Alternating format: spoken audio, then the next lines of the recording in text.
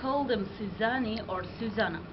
Word of Suzan, it becomes from the Persian word. Suzan, it's meaning needle. When we say the Suzana, it's meaning embroidering with a needle by hand. Yeah. Because I heard same in Europe, you have a feminine name, which one we call the Suzan also. It's meaning beautiful eyes. There are two different kinds of signification. Why in Uzbekistan we're preparing a lot of Suzana? Because we have one tradition. Before wedding ceremony, each Uzbek girls must be preparing 3 of them or 4 of them.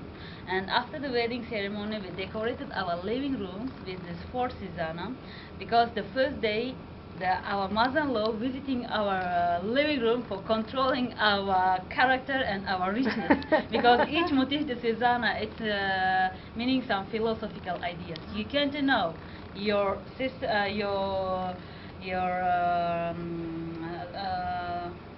we call it? Daughter-in-law. Yeah. What kind of character? If she loved the money, if she loved your son, if she loved the children, you can't know with the looking one time the work. And before embroidering Suzana, we drew the pattern on the fabric without carbon, just by freehand. That's why each motif, the Suzana, it's unique, it's never same and never repeated. And on each Suzana you can find several small pieces like this. It's usually joined together. It's meaning they are not only embroidered, made by hand. Same the base also weaved by hand.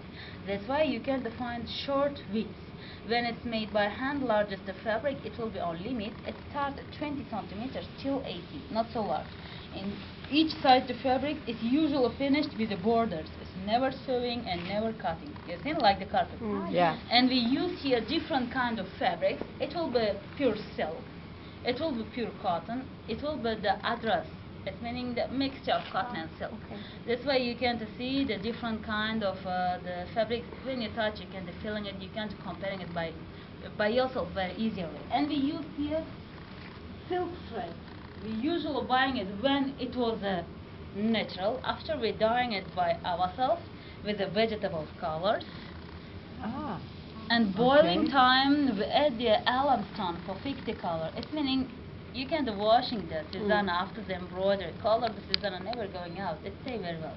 Why it's very hard? Because there are any bobbin for never mix each other. We put during the 2 hours in the starch. The Starch.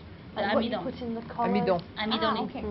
And before the embroidery, after the colored, we leave the starch with our fingers or with the scissors, and with this way you can find your real silk thread.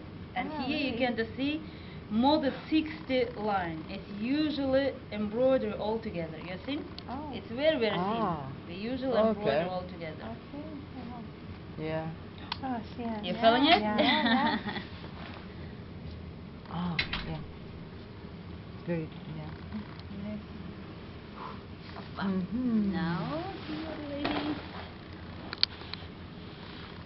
you're going to see this one, embroidery on the atlas base, which one we call the atlas. Atlas is a pure silk. Embroidery also with a silk thread, that's why the base is so much shiny and it's very soft also. And natural dyeing here. In our workshop, they're working around 200 workers. That's why you can find here a lot of work. We're usually working with them all together.